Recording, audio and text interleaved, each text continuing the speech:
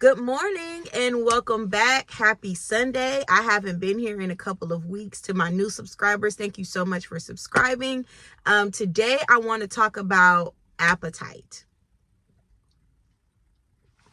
Okay, before we get into it, all right, let me get all comfy and stuff. Okay, so he started to talk to me about appetite.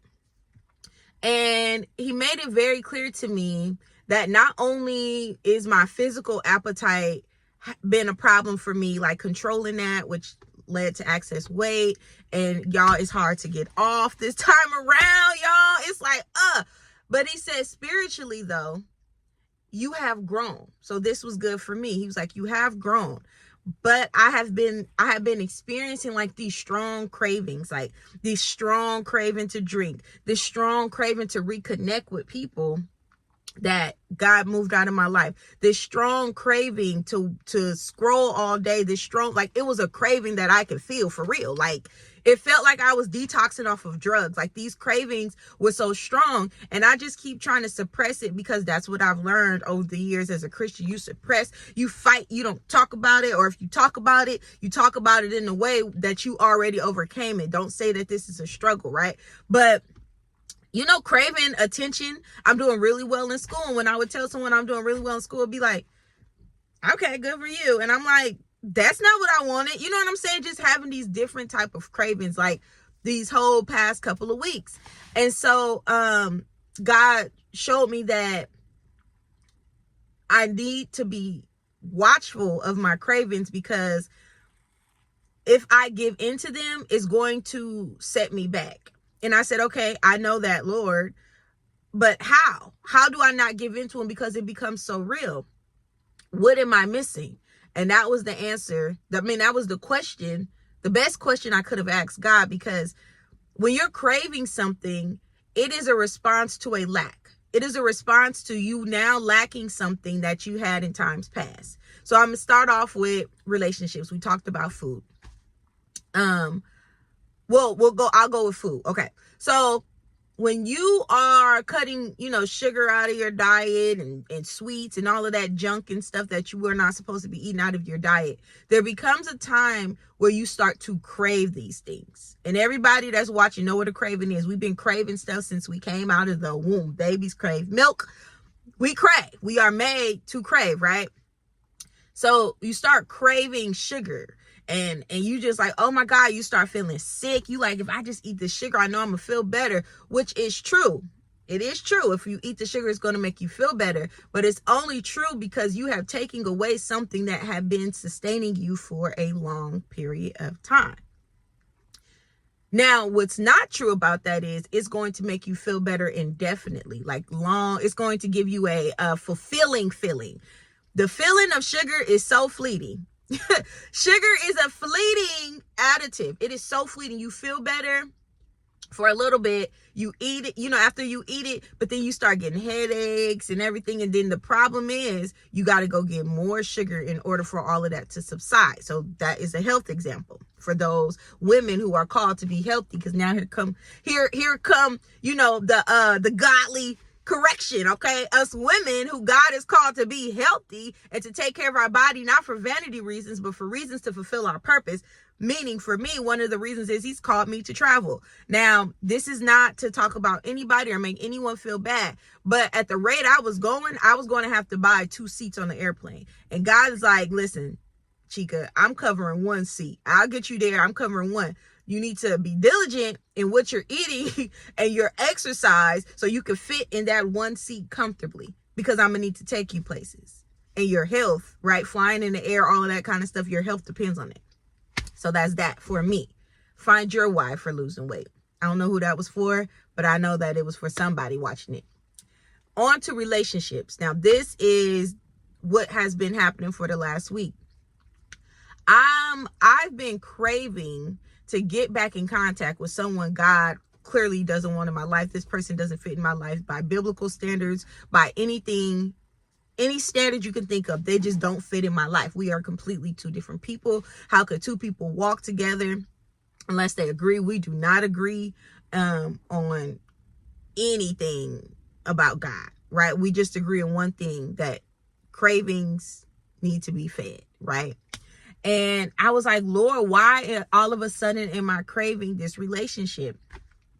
And he started to show me that we crave what we got from the relationship and not necessarily that relationship, meaning that if you're not careful, anyone can fill that spot. And this is where the devil gets very sneaky and strategic. You ever been, I use a breakup, for example. You break up with somebody and you know that y'all done and you know it's just best, and you start missing this person, and then all of a sudden somebody just enter your life, and when they enter your life, all of that stuff that last person gave you just seems to be restored. Like, oh, I'm laughing again, I'm smiling again, he makes me feel this and he makes me feel that, and all of the loneliness is gone. We look at that like that is beautiful, that is great, but the problem with that is you just swapped one drug out for the other. You're not getting down to the root of this unfulfilling feeling, this moment of unfulfillment that you have on the inside that's causing you to put people and things in those places in order to feel a certain type of way.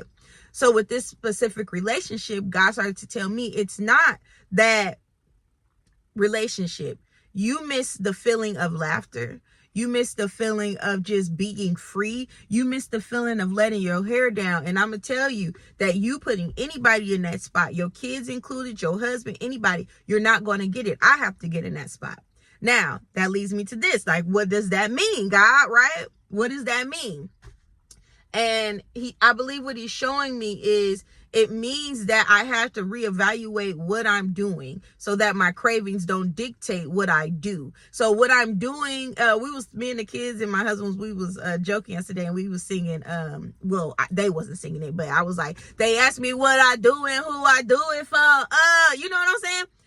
And that's a real question, and it stuck with me as I was playing around, but it stuck with me because he said you have to consistently ask yourself what you're doing and who you're doing it for so that you can have this fulfillment that doesn't come from anything outside of me, because I'm the one sending you on a mission.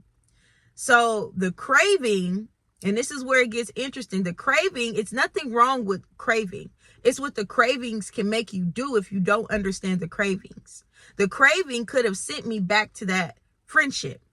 The craving could have sent me backwards, and I could have been like, you are the last place that I remember feeling this way that I'm craving to feel, and I want to go back. But I'm not even evaluating what comes with that, and I'm not even thinking about the other person, because me putting myself back in their life, right? I just want to be in your life for one day so you can make me laugh and make me key. But now I opened up a door that you closed, and we can't be friends, because after I key, on Monday, on Tuesday, it's not guaranteed that I'm still going to want to remain your friend, because now I done got my rocks off, explicit, but I done got my little emotional need fulfilled, my rocks off, and now I don't need you. But now God got an art with me because I did that to you. I opened that door. Cravings can lead you into selfishness if you give into them, if you don't understand why you're craving and why you should continue to crucify that craving. I hate to say the word suppress, because when I think of suppress, I think of like ultimately the lid is going to pop. That's just in my mind. When I think of suppress, I think of this, and I think of this, pressure, and we're human and situations happen and eventually it's going to pop. But when I think about crucify, I think about dead it. I think about death when I think about crucify. And so I have to understand that in order to understand why I need to crucify daily my cravings. Well, Camila, how do you do that? I'm glad you asked. Explain it. The way that I'm being productive and proactive in crucifying my craving is just saying no. It's just saying no. And I know that we want step by step everything, but sometimes it's literally just telling yourself, no, I will not. We have options to do that. Just like you have an option to say yes, you have options to say no. I will not give into my craving. I will not.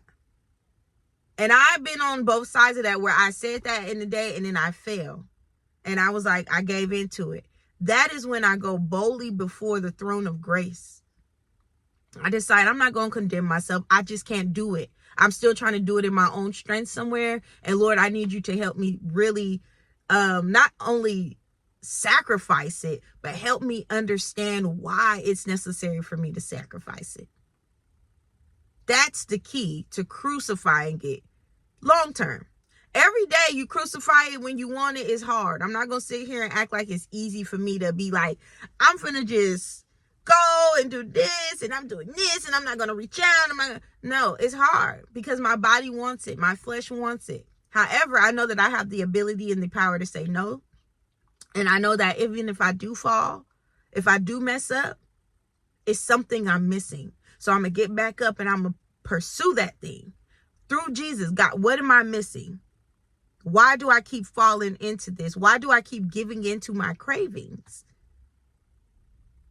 What's going on? What am I missing?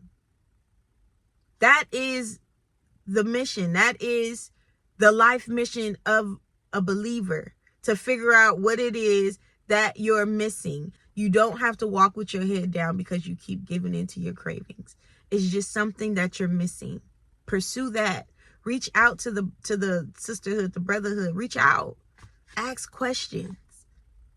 Pray. All of those things.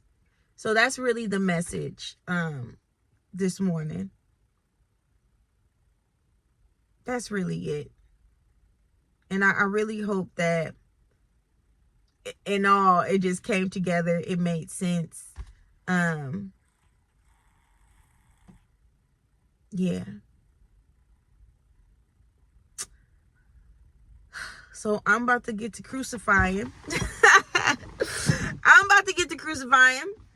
The cravings are not bigger than God. Your cravings is not big enough to separate you from God.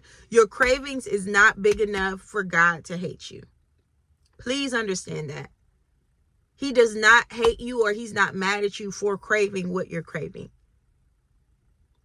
When you start to freely give into it, then that's when you have a problem. And even then, when you're giving into something and you're doing something in repetition, but you know it's wrong, but you can't stop, and you're in this cycle, giving into these cravings, giving into these thoughts, giving into these relationships, giving into all of these things, it's just something you simply don't understand. So seek God for understanding. Seek him for wisdom. Seek him for everything. So until next time, guys, I'll talk to you, and I love you all.